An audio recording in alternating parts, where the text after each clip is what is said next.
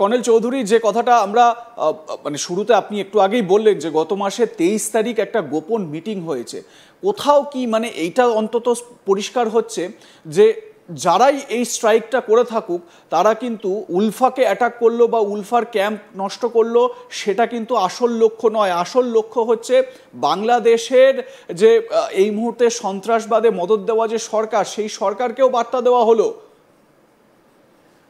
একদম স্বপন, যেটা আপনি দেখাচ্ছেন আমাদের কাছে খবর যে পরেশ বড়ুয়া মোহাম্মদ ইউনিসের সঙ্গে একটা লম্বা বৈঠক করে, সেখানে আইএসআই একজন শীর্ষস্থানীয় অফিসার সেই মিটিং এ থাকে এবং তারপর আমি যেমন ভাবে বললাম এই বহু অস্ত্র শস্ত্র টাকা রিসোর্সেস এই ক্যাম্পগুলোতে পৌঁছে, যে ক্যাম্পগুলোর আমি কথা বললাম।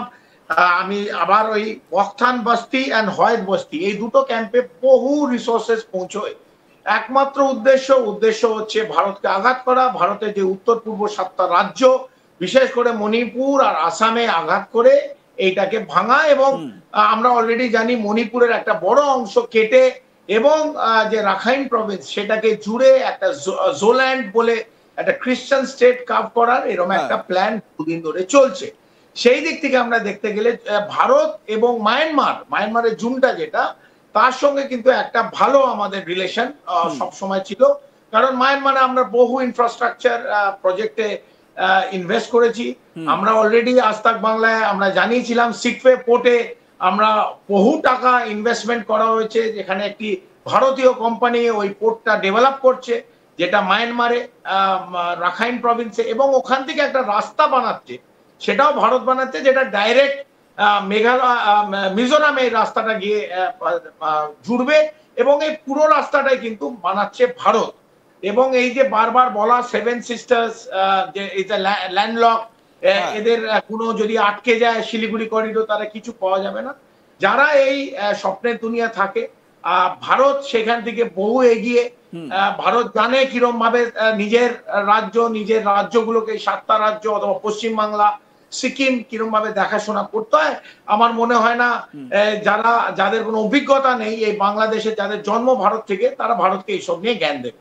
আজকে তার এক্সাম্পল আমরা দেখতে পারলাম 13 তারিখ ভোর রাত্রিরে যারা এইসব প্ল্যান করছে তাদের যে বেস কমপ্লিট বেস ক্যাম্পটাকে ভেঙে গুড়িয়ে দেওয়া হলো এবং প্রায় 150 থেকে 100 থেকে 150 ড্রোন, বিভিন্ন ড্রোন দিয়ে অ্যাটাক, ইসরায়েলি ড্রোন ছিল, ফ্রেঞ্চ ড্রোন ছিল, এবং অ্যাটাক করে একবারে মিশিয়ে দেওয়া হয়েছে। তাদের 9 জন বড় লিডারশিপ উলফার ইন্ডিপেন্ডেন্টে তাদের নিকাশ করা হয়েছে এবং বহু লোক ইনজিওর্ড হয়েছে যারা ভারতের বিরুদ্ধে লড়াই করার জন্য প্রস্তুত ছিল এবং বারবার মণিপুরে গিয়ে আঘাত করছে, অথবা আসামেও 26শে জানুয়ারি একটা মাইনার আইডি ব্লাস্ট করেছে। এইখানে এই জিনিসটা দেখে মায়ানমার কিন্তু ভারতের সঙ্গে আছে, এই জন্য আমি এই কথাগুলো বলছি।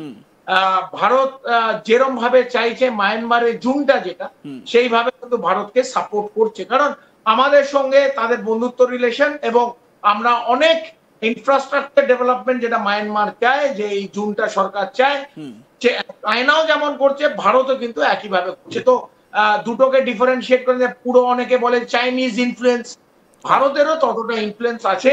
এবং যেসব ক্যাম্প আপনারা প্রত্যেকে আজকে দেখলেন, যেসব ক্যাম্পে ট্রেনিং দেওয়া হচ্ছে অথবা এই জঙ্গি সংগঠনগুলোকে ভারতের বিরুদ্ধে ইউজ করা হচ্ছে, সেই ক্যাম্পগুলো কিন্তু মায়ানমারের জমির মধ্যে কেউ না কেউ, আমি বলতে পারছি না কারা, তবে সার্জিক্যাল স্ট্রাইক করে নিপুণ ভাবে এগুলোকে মিশিয়ে দিল মাটির সঙ্গে। এটা হচ্ছে সবচেয়ে বড়, কে মারলো ইম্পর্টেন্ট না, এই জঙ্গি সংগঠনগুলো যে ক্যাম্পগুলো ছিল সেগুলোকে ভেঙে গুড়িয়ে দেওয়া হলো। একটা আমরা বার্তা দিলাম বাংলাদেশের মোহাম্মদ ইউনিসকে, যে মোহাম্মদ ইউনিস চোখটা চেয়ে দেখুন, আপনার আইএসআই যারা ব্যর্থ নিজের দেশে পাকিস্তানে, তাদের আপনি নিয়ে বাংলাদেশে স্থান দিয়েছেন এবং ভারতের বিরুদ্ধে আঘাত করার জন্য পূর্ব থেকে তাদের প্রাইম করছেন, তাদের রেডি করছেন, সফল হবেন না। ভারতেরও চোখ সজাগ, ভারত সজাগ, এবং আপনাদের কিন্তু খুব শিগগিরই শিরে সংক্রান্তি সামনে মাথার উপর পেন্ডুলামের মতন কিন্তু নাচছে। একদমই কর্নেল চৌধুরী, এই যে মানে অপারেশন সিন্দুরের পর, মানে অপারেশন সিন্দুরে ভারতের কাছে এরকম ব্যাপক মার খাওয়ার পর পাকিস্তানও দেখা যাচ্ছে যে এই প্রক্সি ওয়ার চালানোর চেষ্টা করে যাচ্ছে, কারণ সম্মুখ সমরে তো ভারতের কাছে বারবার এরা মুখ থুবড়ে পড়েছে এবং এই প্রক্সি ওয়ার চালানো ছাড়া আর কোনো উপায় নেই। কিন্তু এই প্রক্সি ওয়ার চালানোর জন্য যে যতটুকু মানে বুদ্ধি বা জ্ঞান থাকা দরকার বা ইন্টেলিজেন্স থাকা দরকার, এখন দেখা যাচ্ছে সেটুকুও নেই। কারণ এই যে এই উলফা ক্যাম্পে যে অ্যাটাকটা হলো, যে স্ট্রাইকটা হলো এবং ড্রোন দিয়ে অ্যাটাক হলো, যে যারাই করেছে, যেই ফোর্সই করুক না কেন, যে এটা যে অনেক আগেই পুরোপুরি সবার সামনে চলে এসেছিল, আইএসআই এবং বাংলাদেশের অন্দরে যে কি প্ল্যান চলছে সেটা তো তার মানে সেই ফোর্সের কাছে বা সেই ইন্টেলিজেন্সের কাছে একেবারে স্পষ্ট। তাহলে কিসের আইএসআই এত নাম সারা বিশ্বে নিজেদেরকে ফলাও করে দেখায়, আর কিসেরই বা এই প্রক্সি ওয়ার? স্বপন একদম সঠিক বলেছেন। স্বপ্ন দিবা স্বপ্ন মুঙ্গেরি লাল কি হাসিন স্বপ্নে দেখতে পারে, এটা ভারত আর ভারতের মিলিটারির মাইট অপারেশন সিন্দুরে দেখেছে। এবং ভারতের এয়ার ডিফেন্স, ভারতের ক্ষেপণাস্ত্র, ভারতের এয়ার সুপিরিয়রিটি সমস্তটাই বিশ্বের সামনে দেখা আছে। এবং পাকিস্তান যারা চীনের কমপ্লিট 80% আর্মামেন্ট ইউজ করে, তুরস্কর করেছে, মার্কিন যুক্তরাষ্ট্র করেছে, এবং তাদের কিভাবে ভারত ছারখার করতে হয় দেখিয়ে দিয়েছে। এবং মার্কিন যুক্তরাষ্ট্র অথবা ইসরায়েলের যে বিরাট আয়রন ডোমের বড় বড় কথা বলে, সেই কথা ইরানে যে অপারেশন রাইজিং লায়ন হয়েছিল সেই সময় তার ইসরায়েলের আয়রন ডোম যে কত শক্তিশালী সেটাও আমরা দেখেছি। কাউকে ছোট না করে বলতে চাই যে ভারতের সামরিক বাহিনী যা করার সেটা করবে। যারা দিবা স্বপ্ন দেখছে, দিবা স্বপ্ন রাত্রির না, দিবা স্বপ্ন দেখছে যে ভারতের সেভেন সিস্টার অথবা উত্তর পূর্বে 7টা রাজ্যে আঘাত আনবে, খুব পরিষ্কার বাংলায় বলছি, কারণ বাংলাদেশি যারা দেখছেন, এই জামাত যেগুলো দেখছেন, তা আপনাদের কথা পৌঁছে দেবেন। আপনাদের এই অন্তর্বর্তী দুর্বৃত্তের সরকার, এই জেহাদি সরকার, মোহাম্মদ ইউনূসকে আমি তাকে জেহাদি বলি, এই যে জেহাদি চিন্তাজাত যে ভারতকে আঘাত করবে, ভারতের 7টা রাজ্য আলাদা করবে অথবা আসাম মণিপুরকে আলাদা করবে, এই যাদের চিন্তা, তারা বোধহয় ভারতের সামরিক বাহিনীর শক্তি এখনো বোধহয় অ্যাবজর্ব করতে পারেনি যে কিভাবে কি করা যায়। তো যারা একটু মুভমেন্ট করেছিল, মণিপুরের ওপর একটু লাল চোখ দেখিয়েছিল, 13 তারিখ ভোর রাত্রিরে যে যতটুকু অবশিষ্ট ছিল পরেশ বড়ুয়ার হাত পা সবগুলোই কেটে দেওয়া হয়েছে। এই যে 3টে লোক, তার মধ্যে প্রধান লোক এই নয়ন মেধি, তাকে নয়ন আসাম বলে, কেউ নয়ন কি দাস বলে, আসল ওর নাম হচ্ছে নয়ন মেধি। আসামের লোক, আপার আসামের একজন লোক।